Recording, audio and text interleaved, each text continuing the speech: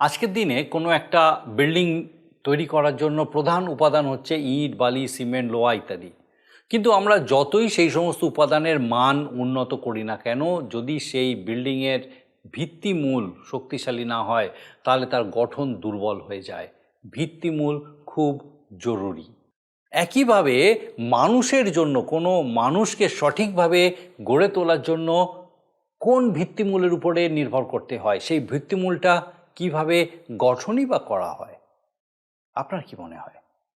সময় হলো হৃদয় খোলো, শ্রবণ করো জীবন বাণী, নম্র চিতে শ্রবণ করো, নম্র চিতে শ্রবণ করো, খ্রিস্ট যিশুর জীবন খানি।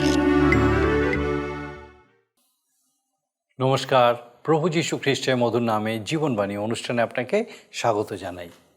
আমার বিশ্বাস মহান ঈশ্বর আপনাকে সম্পূর্ণ সুস্থ রেখেছেন। জানি না, হয়তো আপনি অসুস্থ ছিলেন বা কোনোভাবে সমস্যার মধ্যে ছিলেন, কিন্তু আমার বিশ্বাস ঈশ্বর আপনাকে আজকে এই সময় এই জায়গায় উপস্থিত করেছেন যেন তার জীবন্ত বাক্য আপনার সঙ্গে কথা বলে। আপনার পরিস্থিতিতে বিশেষভাবে আপনি আরেকবার নতুনভাবে ঈশ্বরের সমর্পিত হতে পারেন, যে ঈশ্বর আপনার সহায় সহবর্তী আছেন। পরিস্থিতি যেরকমই হোক, তিনি আপনাকে ধরে রেখেছেন।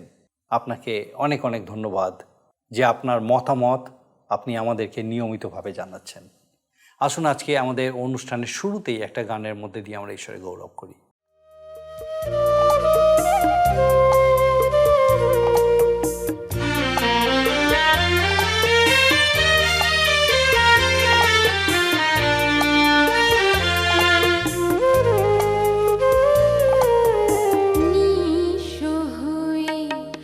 যদি প্রভু তোমার দেখা পাই, এই পৃথিবী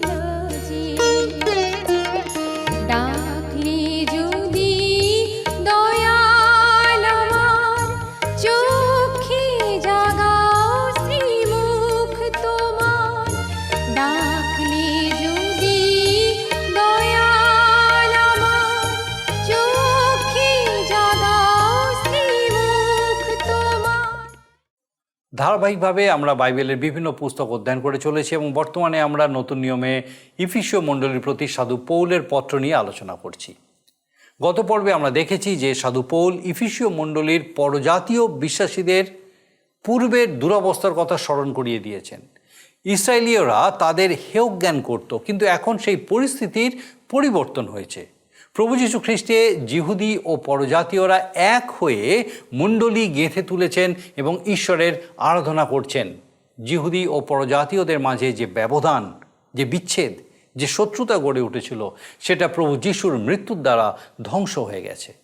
প্রভু যিশুতে বিশ্বাসের ফলে যিহুদি তার পরিচয় হারালো, পরজাতীয় তার পরিচয় হারালো এবং এক নতুন মানুষ রূপে চিহ্নিত হলো। সাধু পৌল মনে করিয়ে দিয়েছেন যে প্রভু যিশুর দ্বারা এই নতুন মানুষ পবিত্র আত্মার প্রভাবে ঈশ্বর পিতার কাছে উপস্থিত হতে পেরেছে। সাধু পৌল ইফিসীয় মণ্ডলীর পরজাতীয় বিশ্বাসীদের মনে করিয়ে দিয়েছেন যে খ্রিস্টে বিশ্বাস দ্বারা তারা এখন ঈশ্বরের থেকে দূরবর্তী বা প্রবাসী নন, কিন্তু যিহুদিদের মতো তাদেরও সত্য ঈশ্বরের আরাধনা করার অধিকার আছে। যিহুদি ও পরজাতীয় বিশ্বাসীরা একত্রভাবে ঈশ্বরের মন্দির রূপ মণ্ডলী গেঁথে তুলছেন। এই মন্দির আগের মন্দিরের মতো প্রস্তরখণ্ড দ্বারা নির্মিত হচ্ছে না। নবনির্মিত এই মন্দিরের প্রত্যেকটা প্রস্তরখণ্ড হচ্ছেন এক একজন বিশ্বাসী, কিন্তু তার প্রধান প্রস্তর হচ্ছেন স্বয়ং প্রভু যিশু। আমরা বাক্যের এই অংশ আসুন আরও গভীরভাবে অধ্যয়ন করি, নিজেদেরকে প্রস্তুত করি এবং দেখি যে এই যে আলোচনা, ঈশ্বরের বাক্যের এই যে বিস্তারিত আলোচনা, এই আলোচনার মধ্যে দিয়ে ঈশ্বর কিভাবে আমাদের সঙ্গে কথা বলেন। প্রিয় বন্ধু, ইফিসীয়দের প্রতি প্রেরিত পৌলের পত্রের 2 অধ্যায় আলোচনায় রয়েছি। এখন আমি আপনাদের কাছে ইফিসীয়দের প্রতি প্রেরিত পৌলের পত্রের 2 অধ্যায় 16 থেকে 18 পদ পর্যন্ত পাঠ করব। আসুন আমাদের বোঝার সুবিধার জন্য একটু আগে থেকে পাঠ করি 14 পদ থেকে।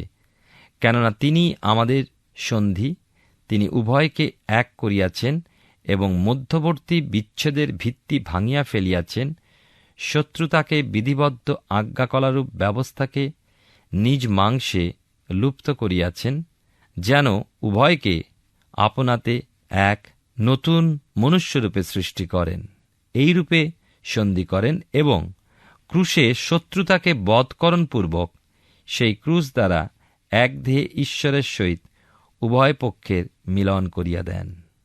আর তিনি আসিয়া দূরবর্তী যে তোমরা, তোমাদের কাছে সন্ধির ও নিকটবর্তীদের কাছেও সন্ধির সুসমাচার জানাইয়াছেন।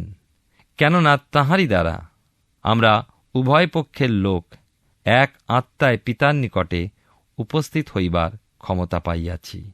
ইফিসীয় তার 2 অধ্যায়, এই অধ্যায় বিশেষ করে ঈশ্বরের সেই গৌরবপূর্ণ মানুষ খ্রিস্টের উপরে জোর দেওয়া হয়েছে। তিনি কেবলমাত্র ক্রুশে জীবন উৎসর্গ করে আমাদের মধ্যে শান্তি আনলেন তা নয়, কিন্তু যারা তাঁর উপরে আস্থা রাখে তারা তাঁর হল এবং তাদের তিনি সেই নতুন দেহে যুক্ত করেছেন। আমরা দেখেছি যে আদিতে ঈশ্বর পরজাতীয় ইসরায়েলকে ভিন্ন করেছিলেন, ইসরায়েলকে তিনি মনোনীত করেছিলেন, আর ইসরায়েলের মধ্যে থেকে তাই আমরা দেখি যে আত্ম অহংকার এসে গিয়েছিল, আর তারা ভেবেছিল যে তারাই একমাত্র ধার্মিক, এবং এই ধারণা থেকে তাদের মধ্যে এক ঘৃণার মনোভাব উৎপত্তি হয়েছিল, এবং তাই যিহুদি বা ইহুদি ছাড়া সবাইকে তারা পরজাতীয় বলে ঘৃণা করতে লেগেছিল। কিন্তু প্রভু যীশু যখন এলেন, যিহুদিরা যারা যিশুর অনুসারী হল, তারাও ধরে নিল যে যিশুর শিক্ষা, তাঁর দয়া, তাঁর ভালোবাসা, তাঁর নাম প্রচারের ক্ষমতা ও দায়িত্ব একমাত্র বোধহয় ইহুদিদের জন্য এবং তাদের গণ্ডির বাইরে যেতে পারে না। তাই তারা প্রথম যখন দেখল যে ঈশ্বর খ্রিস্টে যিহুদিকে ও পরজাতীয়কে এক করে দিয়ে নতুন মানুষে রূপান্তরিত করলেন, তারা অবাক হয়ে গেল। সাধু পৌল নতুন মানুষের অবস্থাও তাই তুলে ধরেছেন। এই নয় যে পরজাতীয়দের যিহুদি স্তরে তিনি নিয়ে এলেন, তা নয়, কিন্তু প্রভু যীশু খ্রিস্টে নতুন মানুষ করে দুজনকেই উঁচু স্তরে তুলে দিলেন। আবার একথা নয় যে মান সম্মানের দিক থেকে পরজাতীয়দের ইহুদিদের স্তরে তুললেন, তা নয়, কিন্তু নূতন মানুষের আরও অনেক উঁচু স্তরে তিনি তুলে দিলেন। একটা উদাহরণ দেওয়ার চেষ্টা করি। মনে করুন, দুটো মূর্তি আছে, একটা রূপোর আর একটা সীসে। এখন স্থির হলো যে দুটো মূর্তিকে গলিয়ে একটা মূর্তি করা হবে, আর গলাবার পর দেখা গেল যে একটা সোনার মূর্তি হল। এইভাবে ঈশ্বর যখন যিহুদি ও পরজাতিকে খ্রিস্টে এক করলেন, তখন সেই নতুন মানুষ অনেক উন্নত স্তরের মানুষ হলেন। প্রভুর এক দাস বলেছেন যে সর্বজাতি ভাই ভাই এবং সর্বজাতিরই একই পিতা, এই দুটো শব্দে আমি বিশ্বাস করি না। তিনি বলছেন যে সর্বজাতীয় ভ্রাতৃপ্রেম তখনই মেনে নিই যখন দেখি আমরা খ্রিস্টে আছি। সাদা চামড়া হোক বা কালো চামড়াই হোক, যদি সে খ্রিস্টেতে অবস্থিতি করে, সেই হবে আমার ভাই। নতুন মানুষদের নিয়ে যে মণ্ডলী, সেই মণ্ডলী ঈশ্বরের মন্দির, যে মন্দির ঈশ্বর আজও নির্মাণ করছেন। ঈশ্বর ইসরায়েলকে নিজ প্রজা বলেছেন, পুত্রের স্থানে রেখেছিলেন। পরজাতীয় ও ইহুদি মিলে যখন নতুন মানুষ, নতুন মণ্ডলী গঠিত হল, তখন পরজাতীয়রা ইসরায়েলের মতো একই অনুগ্রহ, একই অধিকার লাভ করল। অপর দিক থেকে পরজাতীয়রা যেমন উঠল, যিহুদিরাও নেমে এলো এবং যিহুদি ও পরজাতি পাপ সম্বন্ধে একই পাপের দোষে দোষযুক্ত হল এবং জীবন লাভের জন্য, উদ্ধারের জন্য একই অনুগ্রহের দাবিদার হল। আসলে পাপ সম্বন্ধে আমরা এখন সবাই ভাই ভাই, তেমনি পরিত্রাণ সম্বন্ধেও আমরা সবাই ভাই ভাই। মণ্ডলীগতভাবে সবাই পাপের জন্য দায়ী, আবার পরিত্রাণ লাভ করে আমরা সবাই জয়ী। এখন আর যিহুদি কি পরজাতি আলাদা নয়, দুয়ে মিলে নূতন মণ্ডলী, খ্রিস্টের দেহ, ঈশ্বরের মন্দির। আমরা দেখি যে পুরাতন নিয়মের সেই সমাগম তাম্বু, যা মসির সময় নির্মিত হয়েছিল, পরবর্তীকালে সলোমনের রাজত্বকালে জেরুজালেমের মন্দিরে পরিবর্তিত হল। এবং আমরা দেখি সমাগম তাম্বু অথবা মন্দির, ওই দুয়েরই বিন্যাসের মধ্যে কয়েকটা প্রাচীর, জবনিকা ইত্যাদি দিয়ে ভিন্ন ভিন্ন ভাগে ভাগ করা ছিল। 3টে দ্বার দিয়ে 3টে ভাগে প্রবেশের ব্যবস্থা ছিল, অর্থাৎ বাহির প্রাঙ্গণ, পবিত্র স্থান ও মহাপবিত্র স্থান। আবার এর মধ্যে আরও বিভাগ ছিল, যেমন যাজক ও পুরোহিতদের প্রকোষ্ঠ, ইসরায়েল সন্তানদের স্থান, মহিলাদের স্থান ও পরজাতীয়দের স্থান।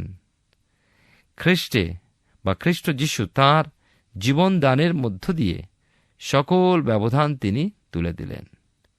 মন্দিরের তিরস্করণী চিরে দিলেন। তিনি হলেন পথ, তিনি হলেন বাহির প্রাঙ্গণ। যিশুই হলেন সত্য, তিনি হলেন পবিত্র স্থান। যিশুই হলেন জীবন, তিনি হলেন সেই মহাপবিত্র স্থান। এখন আমরা প্রভু যীশু খ্রিস্টের মধ্যে দিয়ে সরাসরি পিতা ঈশ্বরের সাক্ষাতে আসতে পারি। এখন আর মহাযাজকের কিন্তু প্রয়োজন নেই। কারণ কি বলুন তো? প্রভু যীশুই সেই মহাযাজক, সেই মলকিসেদক। আমরা যারা বাইরের প্রাঙ্গণে দাঁড়িয়েছিলাম, আমাদের হাত ধরে খ্রিস্টে মিলিয়ে দিলেন।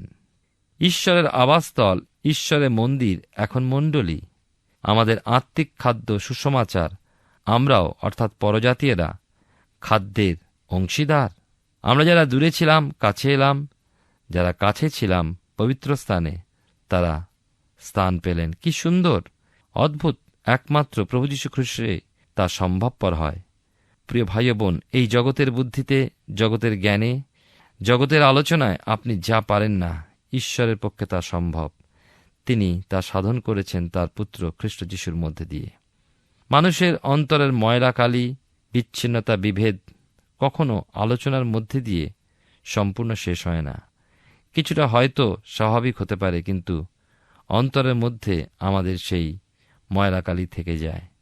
তাই খ্রিস্টের রক্ত আমাদের সমস্ত পাপ থেকে সূচি করে, আমাদের সমস্ত মন্দতা থেকে দূরবর্তী করে, আমাদের সকল বিভেদ দূরবর্তী করে। একমাত্র তিনিই পারেন আমাদেরকে মহাপবিত্র স্থানে নিয়ে যেতে, কারণ তিনি হলেন মাধ্যম। ঈশ্বর এবং মানুষের মাঝে ওই যে ক্রুশ চিহ্ন, তা দেখিয়ে দেয় যোগাযোগের এক চিহ্ন। আমি এখন আপনাদের কাছে পাঠ করব 18 পদ। কেননা তাঁহারই দ্বারা আমরা উভয় পক্ষের লোক এক আত্মায় পিতার নিকটে উপস্থিত হইবার ক্ষমতা পাইয়াছি।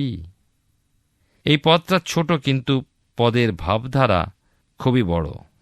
অ্যাটম বা আণবিক কণা অতি ক্ষুদ্র, কিন্তু তারই মধ্যে অমিত শক্তি লুকানো আছে। এই ক্ষুদ্র পদের মধ্যে তেমনি তৃত্ব লুকানো রয়েছে। বলা হয়েছে, কেননা তাঁহারই অর্থাৎ খ্রিস্ট দ্বারা আমরা উভয় পক্ষের লোক, যিহুদি ও পরজাতি, এক আত্মায় অর্থাৎ পবিত্র আত্মায় পিতার অর্থাৎ ঈশ্বর তার নিকটে উপস্থিত হইবার ক্ষমতা পাইয়াছি। এখন যিহুদি ও পরজাতি পাপ সম্বন্ধে আমরা বিশেষ করে দেখি, একসাথে পা মিলিয়ে ক্রুশের তলে সমবেত হয়েছি এবং প্রভু যীশু খ্রিস্টের মধ্যে দিয়ে ঈশ্বরের সামনে হাজির হবার অধিকার আমরা লাভ করেছি। যে কোনো মানুষের পক্ষে এই প্রকার গৌরবপূর্ণ সুযোগ পাওয়া সম্মানের বিষয়। এই সম্মানের কাছে রাষ্ট্রপতির হাত থেকে প্রশংসাপত্র নেওয়ার সম্মানও কিছুই নয়। সাধু পৌল এই বিষয়ে রোমীয়দের প্রতি প্রেরিত পৌলের পত্র, যাকে আমরা বলি, সেই রোমীয় তার 5 অধ্যায় অতি স্পষ্টভাবে উল্লেখ করেছেন। খ্রিস্টের মধ্যে দিয়েই যে আমরা এই সুযোগ লাভ করেছি, এটাই হলো আনন্দের বিষয়। তবে এ কথা ভাবব না যে খ্রিস্ট যখন পথ করে দিয়েছেন, এখন আমরা আনন্দ করতে করতে চকচকে পথ দিয়ে পিতার কাছে পৌঁছে যাব। তা নয়, যিশুর সাথে আমাদের চলতে হবে যদি ঈশ্বরের সম্মুখে আমরা উপস্থিত হতে চাই। আসুন আমরা এবারে পাঠ করব ইফিসীয় তার 2 অধ্যায় 19 এবং 20 পদ। এখানে লেখা আছে, অতএব তোমরা আর অসম্পর্কীয় ও প্রবাসী নহ, কিন্তু পবিত্রগণের সহপ্রজা এবং ঈশ্বরের বাটির লোক। তোমাদিগতে প্রেরিত ও ভাওবাদীগণের ভিত্তিমূলের উপরে গাঁথিয়া তোলা হইয়াছে, তাহার প্রধান কোনস্থ প্রস্থ স্বয়ং খ্রিস্ট যীশু। সাধু পৌল পরজাতি বিশ্বাসীদের স্মরণ করিয়ে দিচ্ছেন যে এখন তারা আর পরজাতি বা পরদেশী নয়, কিন্তু সাধুদের সাথে সহপ্রজা। সাধু বলতে বাইবেলের পুরাতন নিয়মে উল্লেখিত সাধু নয়, কিন্তু নূতন নিয়মে প্রত্যেক বিশ্বাসী হলেন সাধু। সবাই এক পরিবারের লোক, এই জগতের নয়, কিন্তু স্বর্গীয় পরিবারের পুত্রকন্যা। লক্ষ্য করুন কি লেখা আছে বাইবেলের নতুন নিয়মেই 1 যোহন তার 2 অধ্যায় 12 পদে। এই কথা লেখা আছে, বৎসেরা, আমি তোমাদিগকে লিখিতেছি, কারণ তাঁহার নামের গুণে তোমাদের পাপসমূহের ক্ষমা হইয়াছে। বৎসেরা, এটা একটা নূতন সম্বন্ধ। পুরাতন নিয়মে বৎসেরা এই সম্বোধন পরভাষার মতন। বাইবেলের পুরাতন নিয়মে 2 শমূয়েল 7 অধ্যায় 8 পদে দেখি, ঈশ্বর দাউদকে মনের মানুষ বলেছেন। তাকেও আমার দাস দাউদ এই শব্দ ব্যবহার করেছেন। আবার গণনা তার 12 অধ্যায় 7 পদে ঈশ্বর মসিকে বলেছেন, আমার দাস। নূতন নিয়মে তিনি আপনাকে বলেছেন প্রিয় বৎস। আপনি যে নূতন প্রজা হলেন, মনে রাখবেন, ইসরায়েলের মধ্যে নয়, জেরুজালেমে নয়, কিন্তু স্বর্গীয় স্থানে আপনি স্বীকৃতি পেলেন। বাইবেলের নতুন নিয়মে ইফিসীয়দের প্রতি প্রেরিত পৌলের পত্রের 2 অধ্যায় 20 পদে সাধু পৌল লিখছেন, প্রেরিত ও ভাওবাদীগণের ভিত্তিমূলের উপরে গাঁথিয়া তোলা হইয়াছে। এই কথার অর্থ এই নয় যে প্রেরিত ও ভাওবাদীরা মণ্ডলীর ভিত্তিমূল। মনে রাখব যে খ্রিস্টই হলেন সেই প্রধান প্রস্তর। 1 করিন্থীয় তার 3 অধ্যায় 11 পদ আমরা এই বিষয়ে দেখব, এবং আমরা দেখব 1 পিতরও আমরা দেখব 2 অধ্যায়। আসুন আমরা প্রথমে খুলি, বিশেষ করে 1 করিন্থীয় তার 3 অধ্যায় 11 পদে লেখা আছে, কেননা কেবল যাহা স্থাপিত হইয়াছে তাহা ব্যতীত অন্য ভিত্তিমূল কেহ স্থাপন করিতে পারে না। আবার লক্ষ্য করুন, প্রথম পিতর তার 2 অধ্যায় 6 পদ থেকে 8 পদে এই কথা লেখা আছে, কেননা শাস্ত্রে এই কথা পাওয়া যায়, দেখো আমি সিয়নে কোণের এক মনোনীত মহামূল্য প্রস্তর স্থাপন করি, তাহার উপরে যে বিশ্বাস করে সে লজ্জিত হইবে না। অতএব তোমরা যাহারা বিশ্বাস করিতেছ, ওই মহামূল্যতা তোমাদেরই জন্য, কিন্তু যাহারা বিশ্বাস করে না তাহাদের জন্য যে প্রস্তর গাঁথকেরা অগ্রাহ্য করিয়াছে, তাহাই কোণের প্রধান প্রস্তর হইয়া উঠিল। আবার তাহা হইয়া উঠিল ব্যাঘাতজনক প্রস্তর ও বিঘ্নজনক পাষাণ। বাক্যের অবাধ্য হওয়াতে তাহারা ব্যাঘাত পায় এবং তাহার জন্যই নিযুক্ত হইয়াছিল।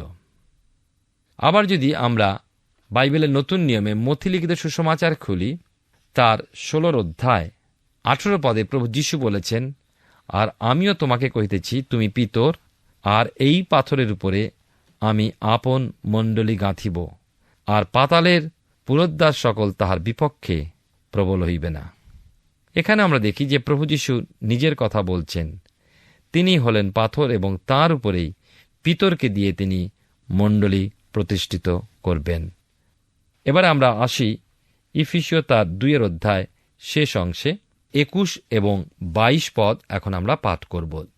লেখা আছে, তাহাতেই প্রত্যেক গাঁথনি সুসংলগ্ন হইয়া প্রভূতে পবিত্র মন্দির হইবার জন্য বৃদ্ধি পাইতেছে, তাহাতে আত্মাতে ঈশ্বরের আবাস হইবার নিমিত্ত তোমাদিগকেও একসঙ্গে গাঁথিয়া তোলা হইতেছে।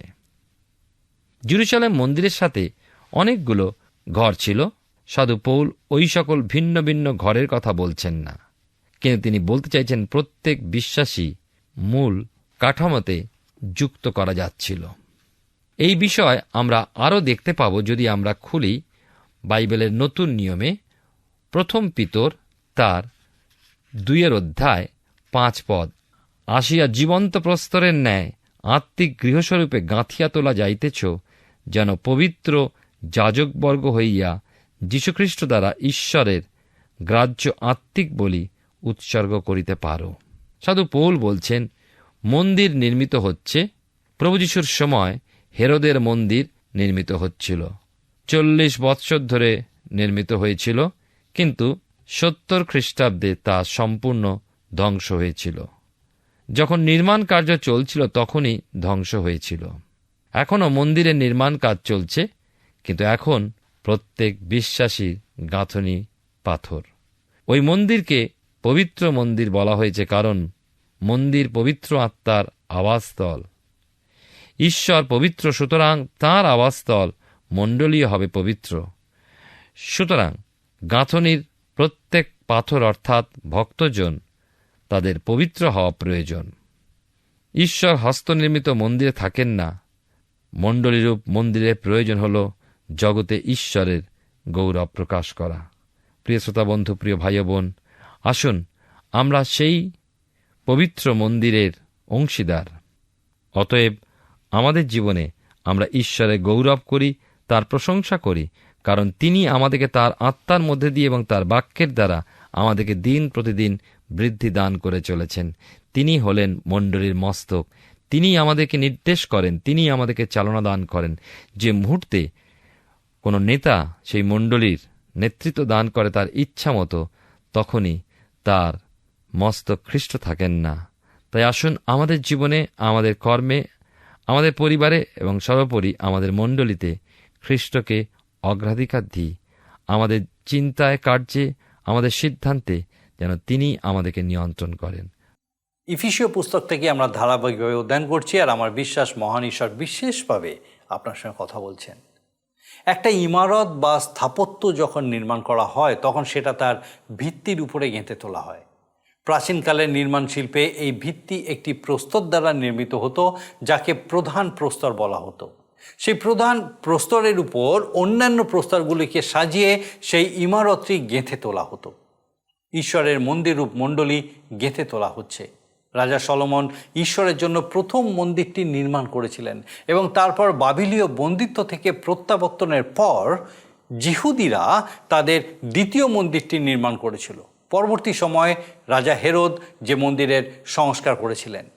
এই দুই মন্দির নির্মাণের অন্যতম উপাদান ছিল প্রস্তর এবং নিশ্চিতভাবে তার একটি প্রধান প্রস্তরখণ্ড ছিল যার উপরে বাকি অংশ গেঁথে তোলা হয়েছিল। কিন্তু এখন যে মন্দির অর্থাৎ খ্রিস্টীয় মণ্ডলী গেঁথে তোলা হচ্ছে তার প্রধান প্রস্তর হচ্ছেন স্বয়ং প্রভু যিশু। তাকেই ভিত্তি করে মন্দিরের বাকি অংশ গাঁথা হচ্ছে। আর এই গাঁথনির উপাদান প্রাকৃতিক প্রস্তরখণ্ড নয়, কিন্তু যিহুদি ও পরজাতীয় বিশ্বাসীদের মিলনে যে নতুন মনুষ্যের সৃষ্টি হয়েছে তাদের দ্বারাই নির্মিত। আমরা প্রতিটি খ্রিস্ট বিশ্বাসী এই মন্দিরের এক একটি প্রস্তরখণ্ড, আর এই মন্দির থেকেই ঈশ্বরের আরাধনা যথাযথভাবে করা সম্ভব। আমরা আমাদের পরবর্তী পর্বে এই পুস্তকের 3য় অধ্যায়ে লেখা বিশেষ কিছু অংশ নিয়ে আমাদের অধ্যয়ন করব, আর আমার বিশ্বাস আপনি অবশ্যই আমাদের সঙ্গে উপস্থিত থাকবেন। আসুন এখন প্রার্থনা করি, আর আমি চাইবো আপনি আমার সঙ্গে যোগ দিন। আসুন প্রার্থনা করি। পরম করুণাময় স্বর্গীয় পিতা, ধন্যবাদ দিই প্রভু যে আরেকটি বার তোমার জীবন্ত বাক্য দ্বারা তুমি আমাদের সঙ্গে কথা বললে। ধন্যবাদ দিই আমাদের প্রত্যেক দর্শক বন্ধু, তাদের পরিবার পরিজন প্রত্যেককে পিতা তোমার এই জীবন্ত বাক্য দ্বারা উৎসাহিত উজ্জীবিত অনুপ্রাণিত হতে সাহায্য করলে। ধন্যবাদ দিই স্বর্গীয় পিতা, সেই প্রত্যেকের সঙ্গে সঙ্গে তুমি আছো। বিশেষ করে প্রার্থনা করি প্রভু গো, এই সময় যদি কোনো পরিবারে কোনো বিশেষ সমস্যা থেকে থাকে, স্বামী স্ত্রীর মধ্যে সমস্যা, পিতামাতার সঙ্গে সন্তানের সমস্যা, বা অন্য কোনো রকম সমস্যা, অন্য যে কোনো রকম হতে পারে, জানি না কি, কিন্তু প্রভু যে কোনো সমস্যাই হোক পিতা, প্রার্থনা করি তোমার উপস্থিতি, তোমার সহভাগিতায় সেই পরিবারকে তুমি পূর্ণ করো। এবং যে কোনো সমস্যাই হোক প্রভু গো, তোমার প্রেমে তুমি তাদের সেই সমস্যার সমাধান পেতে সাহায্য করো। স্বর্গীয় পিতা, যেন তারা প্রত্যেকে তোমার প্রতি নির্ভরশীলতায় পিতাগো সেই সমস্যার সমাধান করতে পারে, এবং পিতা একসঙ্গে আবার পিতাগো তোমার গৌরব করতে পারে। স্বামী স্ত্রী যেন আবার এক হয়ে তোমার গৌরব করতে পারে, পিতামাতা সন্তানেরা এক হয়ে গৌরব করতে পারে। প্রভু তুমি কৃপা করো, তোমার পবিত্র পরাক্রমে তাদের সঙ্গে সঙ্গে থাকো, তাদের সকল ভার নাও। স্বর্গীয় পিতা, আমাদের সে প্রত্যেক দর্শক বন্ধু, তাদের পরিবার পরিজন, তাদের গৃহসমূহকে তোমার চরণে সমর্পণ করি। শান্তির গৃহরূপে প্রতিষ্ঠিত করো স্বর্গীয় পিতা। তোমার শান্তি, তোমার আনন্দ, তোমার ভালোবাসা যেন সেই গৃহে প্রতি মুহূর্ত অবস্থিতি করে, তুমি কৃপা করো। তোমার যিশু নামে এই ভিক্ষা দয়া করে শ্রবণ ও গ্রহণ করো, আমেন। শান্তির ঈশ্বর চান আমরা তার অনুগ্রহে, তার সান্নিধ্যে, তার শান্তিতে সদা সর্বদা অবস্থান করি। ঈশ্বর আপনার মঙ্গল করুন। প্রিয় বন্ধু, আসুন আমরা আজকের প্রশ্ন উত্তরে আসি। গত সপ্তাহের প্রশ্নের উত্তর অপশন বি, 6টি। আজকের প্রশ্ন, ঈশ্বর কোন জাতিকে মনোনীত করেছিলেন? এ ইসরায়েল, বি জীবসীয়, সি কনানীয়, ডি মিস্রীয়। প্রিয় বন্ধু, এই প্রশ্নের উত্তর আগামীকাল সন্ধ্যে 6টার মধ্যে option A, B, C, D সহকারে আপনার নাম ও সম্পূর্ণ ঠিকানা সহ 9433497235 SMS অথবা হোয়াটসঅ্যাপ করুন। যদি আপনার এই অনুষ্ঠান ভালো লেগে থাকে তাহলে এই নম্বরে একটি মিসড কল করুন, তাহলে আপনি পরের বারে বিজয়ী হতে পারেন।